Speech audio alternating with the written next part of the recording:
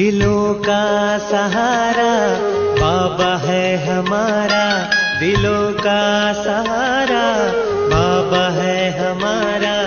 घर ले जाने आया है दोबारा, घर ले जाने आया है दोबारा। दिलों का सहारा बाबा है हमारा, दिलों का सहारा बाबा है हमारा। घर ले जाने आया है दोबारा, घर ले जाने आया है दोबारा।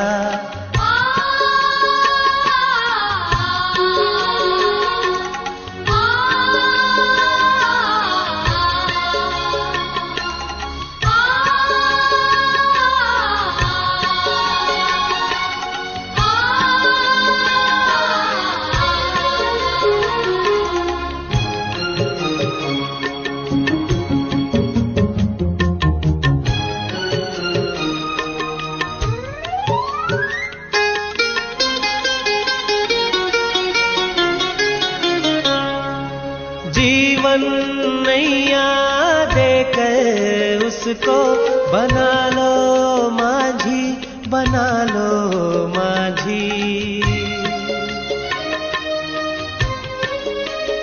हाँ, जीवन नैया देकर उसको बना लो माझी, बना लो माझी।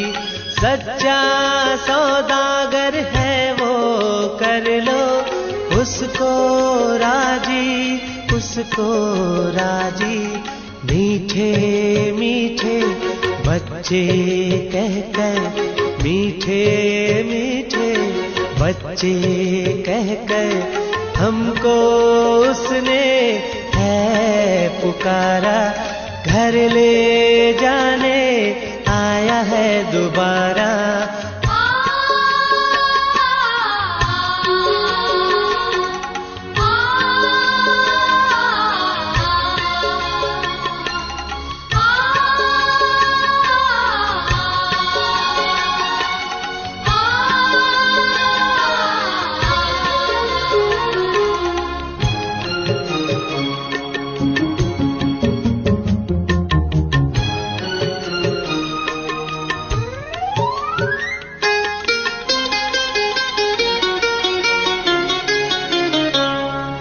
स्नेह के आंचल में वो दे रहा दुलार, दे रहा दुलार।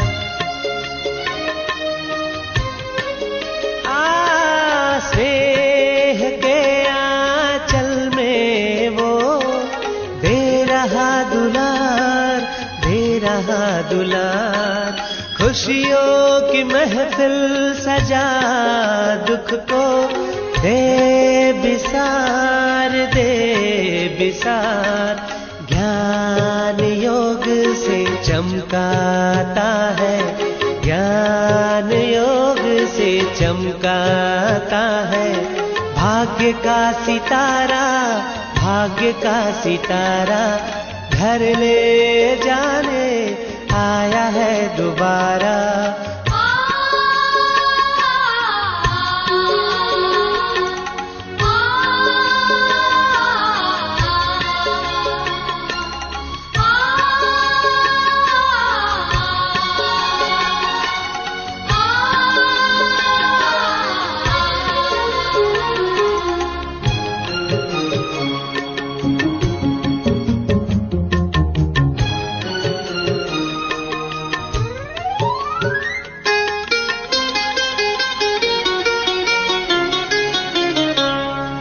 नैतिकता बिन तो गृहस्थी एक दल दल है, एक दल दल है।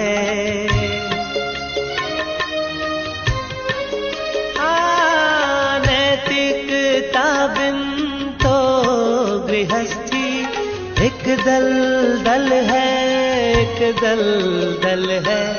कीचड़ में कमल फूल सद्गुण का फल है, का फल है।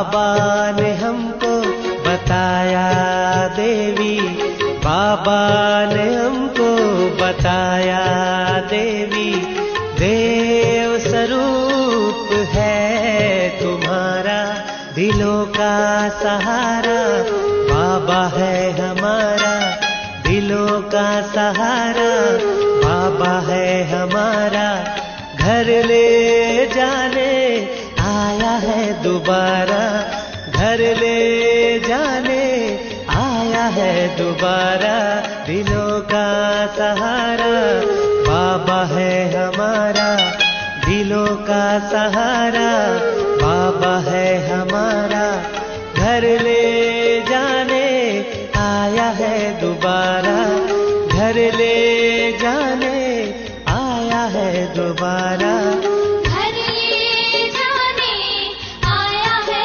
दोबारा, घर ले जाने आया है दोबारा। ओम शांति।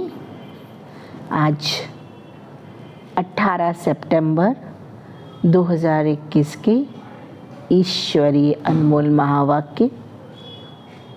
आज शिव बाबा बोले, मीठे बच्चे, चैरिटी बिगिंस एट होम।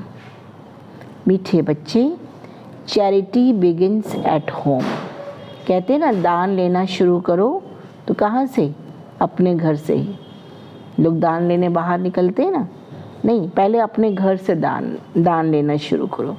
शुरू में जब लोग संन्यास करते थे तो पहले अपनी माँ से ही क्या करते थे? दान लेते थे। फिर माँ का आशीर्वाद प्राप्त करके फिर बाहर दान लेते थे। ठीक है ना? यहाँ भी भगवान कह रहे हैं चैरिटी बिगिंस एट होम। तुम्हें कोई भी अच्छी बात सुनानी है, ज्ञान की बात सुनानी है और किसी का जीवन परिवर्तन करना है तो ईश्वरीय श्रीमत का ज्ञान सुनाना है तो क्या करो? अपने परिवार वालों को ज्ञान सुनाओ, अच्छी बातें सुनाओ, अपने हमजिन्स का कल्याण करो। हमजिन्स माने अपने साथियों का कल्याण करो, मित्र संबंधियों का कल्याण करो। जो हमने पाया वो ज्ञान प्रभु प्रसाद है, उस प्रभु प्रसाद को सब में वितरित करो, सब में वितरण करो। तो मीठे बच्चे, चैरिटी बिगिंस एट होम। अपने परिवार वालों को ज्ञान सुनाओ, अपने हमजिन्स का कल्याण करो। जब दूसरों का कल्याण होगा तो हमारा अपना कल्याण तो उसमें समाया ही है ना? स्व कल्याण तो है ही उसमें। प्रश्न, किस श्रीमत का पालन करने वाले बच्चे, किस श्रीमत का पालन करने वाले बच्चे अपनी अवस्था को एक रस बना सकते हैं? कौन सी श्रीमत हम पालन करें, कौन सी परमात्मा की श्रेष्ठ मत को फॉलो करें जिससे हमारी अवस्था अच्छी बन जाए? उत्तर क्या होगा? अवस्था को एक रस बनाने के लिए बाप की श्रीमत है, बच्चे रोज सवेरे सवेरे उठ बड़े प्यार से बाप को याद करो। सुबह सुबह उठ करके बड़े प्यार से बाप को याद करो। अपने को आत्मा समझो। अपने को क्या समझे? मैं आत्मा हूँ। और बाबा को, बाबा जो सुनाते हैं उसे सुनो। जो भगवान हमें श्रीमत देते हैं, जो हमें परमात्मा शिक्षाएं देते हैं, उसको सुनो और सुन करके क्या करें? फॉलो भी करें। अगर याद नहीं करेंगे, अगर याद नहीं करेंगे तो फालतू ख्यालात चलेंगे। अगर याद नहीं करेंगे तो व्यर्थ चिंतन चलेगा, पर चिंतन चलेगा, वेस्ट थॉट्स चलेंगे। कहते हैं ना कि मन को इंगेज करना है ना। अगर इंगेज नहीं करेंगे, कहते हैं ना कि मन क्या होता है? खाली बुद्धि शैतान का घर हो जाती है ना, कहते हैं डेविल माइंड बन जाता है। तो भगवान कहते हैं अगर याद नहीं करेंगे तो फालतू ख्यालात चलेंगे। कैसे ख्यालात चलेंगे? दुनियावी चलेंगे, है ना? व्यक्ति वस्तु वैभव की बातें चलेंगी।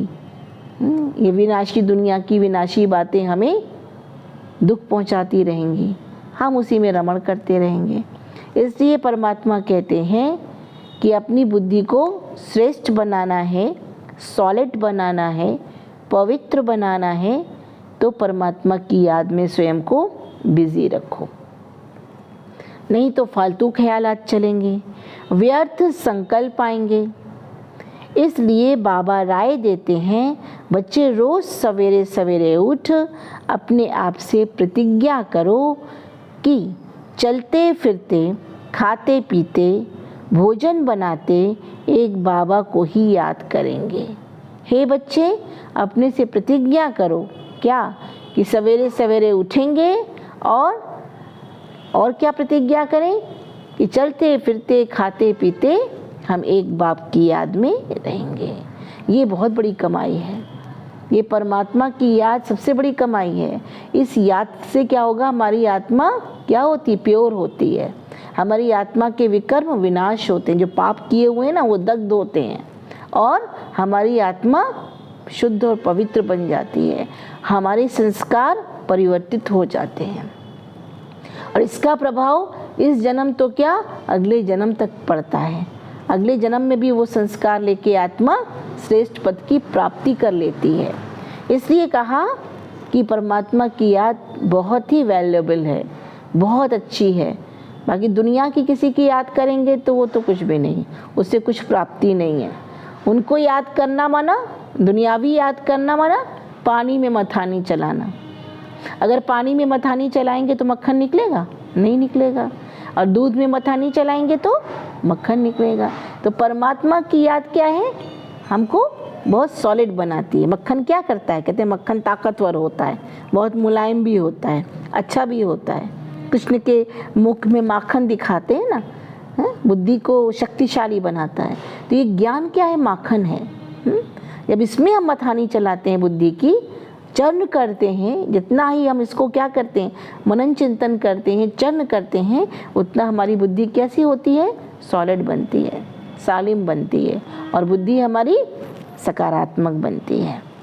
अच्छा, मीठे मीठे सिक्के लदे बच्चों प्रति माता पिता बाप दादा का याद प्यार और गुड मॉर्निंग। रूहानी बाप की रूहानी बच्चों को नमस्ते। हम रूहानी बच्चों की रूहानी बाप दादा को याद प्यार और नमस्ते नमस्ते, गुड मॉर्निंग। धारणा के लिए मुख्य सार। फर्स्ट, बाप ने मुक्ति जीवन मुक्ति के लिए जो भी ज्ञान की बातें सुनाई हैं, बाप ने मुक्ति जीवन मुक्ति के लिए जो भी ज्ञान की बातें सुनाई हैं वही सुननी और धारण करनी है। मुक्ति माना परम धाम में चले जाना, ये शरीर छोड़ करके वापस घर जाना।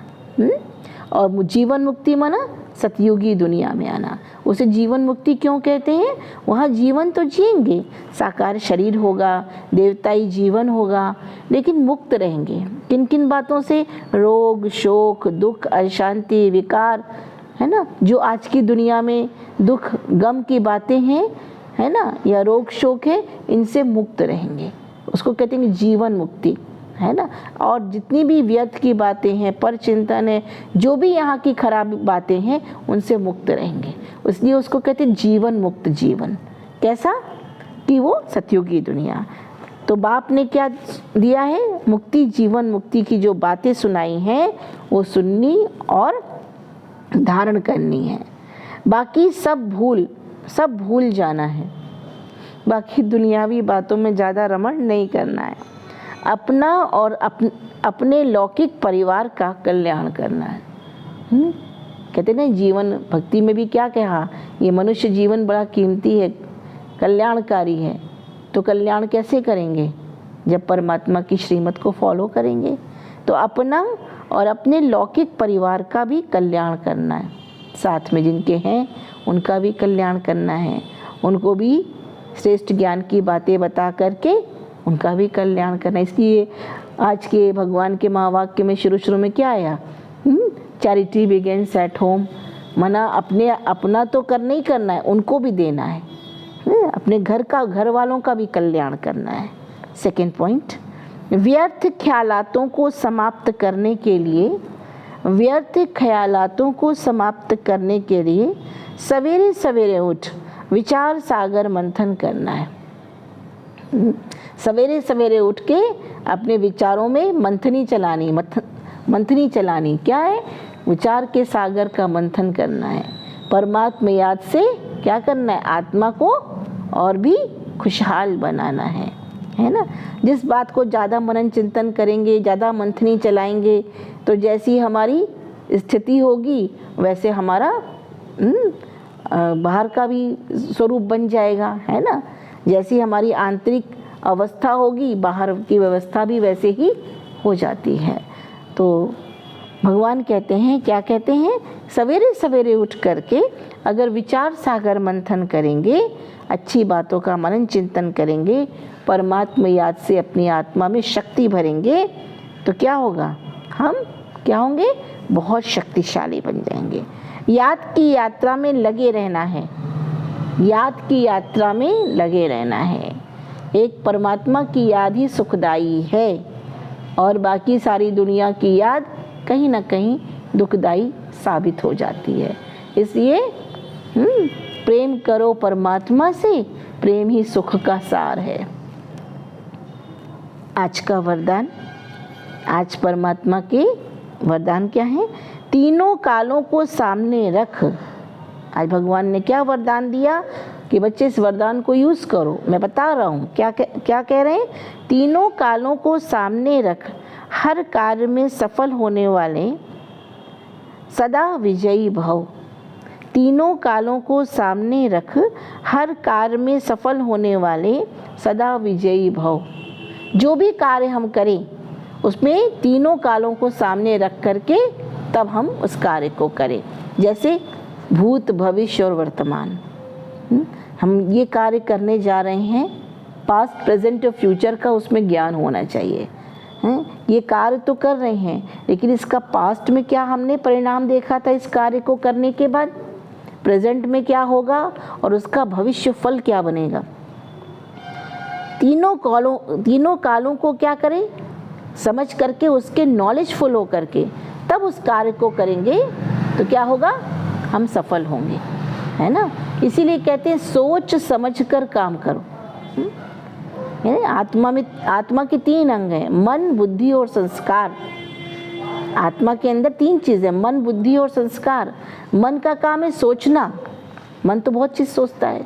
बुद्धि का कार्य है समझना, निर्णय करना, what is right and what is wrong. और जब हम कार्य करते हैं तो वो हमारे संस्कार बन जाते हैं। बार बार जिस काम को करते हैं संस्कार बन जाते हैं।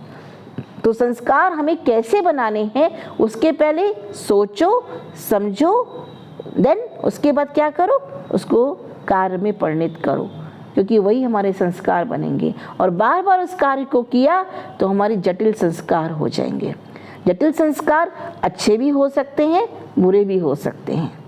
तो जिस कार्य को हम सोच समझ के करते हैं या पास्ट, प्रेजेंट, फ्यूचर को सामने रख के करते हैं, त्रिकालदर्शी होकर करते हैं, तीनों कालों को सामने रख करके करते हैं, तो हम कभी भी उसमें हार नहीं खा सकते। लेकिन हमने सोचा भी नहीं, समझा भी नहीं और जल्दी से उस कार्य को कर लिया, बाद में पछताना भी कभी कभी पड़ जाता है। इसलिए भगवान कहते हैं अगर विजयी बनना है, सफल होना है, तो तीनों कालों को सामने रख हर कार्य को करो। लौकिक रीति में भी जो समझदार होते हैं वो आगे पीछे सोच समझकर फिर कदम उठाते हैं।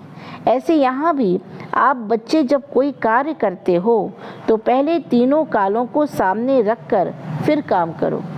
मैंने कर तो लिया, लेकिन उसका प्रभाव आगे क्या पड़ेगा, मेरे ऊपर क्या पड़ेगा, लोगों के ऊपर क्या पड़ेगा, किस परिस्थिति को फिर फेस करना पड़ेगा।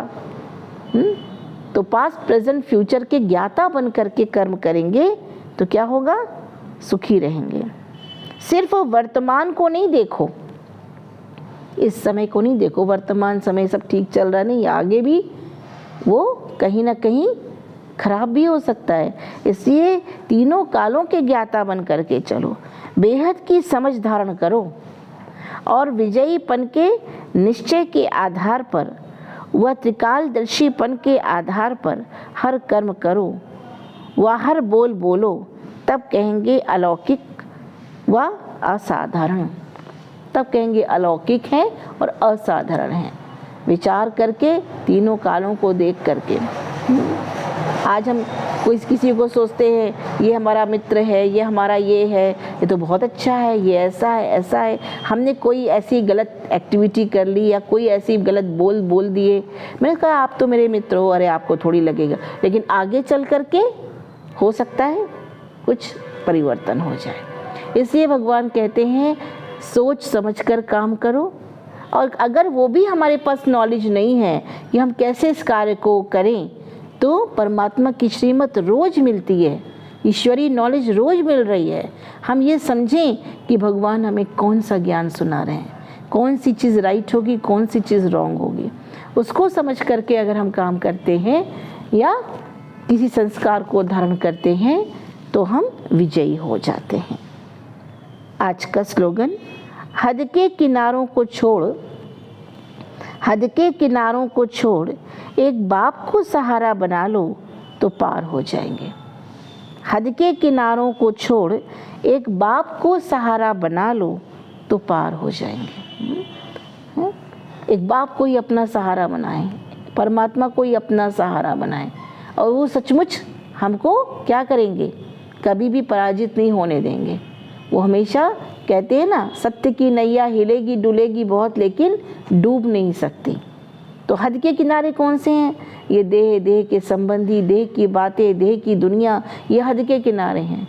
इनको अपना सहारा ना बनाएं, इनसे हमारा बेड़ा पार नहीं होना है। लेकिन अगर परमात्मा को अपना सहारा बना करके चलते हैं, है ना, कहते एक साधे सब सधे, सब साधे सब जाए, उसको अपना सहारा बना करके चलते हैं, उसकी याद, उसकी श्रीमत पर चलते हैं, तो क्या होगा, हम पार हो जाएंगे। ओम शांति।